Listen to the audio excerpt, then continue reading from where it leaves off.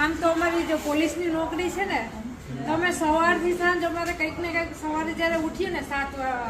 વાગ્યાથી ત્યાં કંઈક ને કંઈક ફોન ને સતત એવું ચાલુ હોય, સતત અમારે કામગીરી ચાલુ હોય. પણ અમારા એસપી સાહેબ છે, વિજય પટેલ સાહેબ છે, જિલ્લા પોલીસ અધિક્ષક,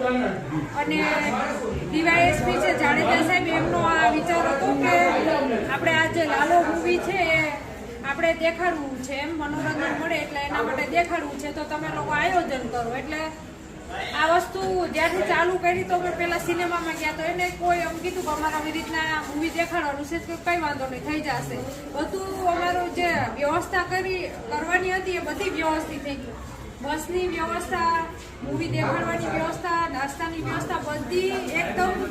આમ કહેવાય કે તમારા બધાના આશીર્વાદથી અમને ક્યાંય કોઈ રૂપને અડચણ નથી આવી, તો બધું વ્યવસ્થિત થઈ ગયું.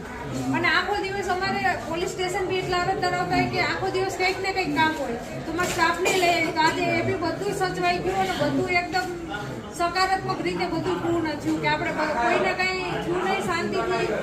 બધાને લઈ આવ્યા, પાછા મૂક્યા, બધાએ મૂવી નિહાળી, બધાને બહુ મજા આવી. અને મેં આ મૂવી નહોતું જોયું, સાચું કહું તો મારા પાસે ટાઈમ નહોતો, મેં આ મૂવી નહોતું જોયું, પણ આજે જોયું તો મને ગયું કે આ મૂવી બહુ સરસ છે એમ. કારણ તમારા ભેગું આમ મૂવી જોવાનો આમ કંઈક આનંદ જ કંઈક અલગ હતો એમ, કે ફેમિલી સાથે મૂવી જોવા જતા હોય, મિત્રો સાથે જતા હોય, બધી પણ તમારે હવે આવો મને મારી જિંદગીનો પહેલો મોકો છે કે બા દાદા સાથે હું મારી જિંદગીમાં કોઈ દી ક્યારે નથી, પણ મારી જિંદગીનો પહેલો મોકો છે કે તમારી સાથે મને બહુ મજા આવી અને બહુ અંદરથી મને આનંદ થયો.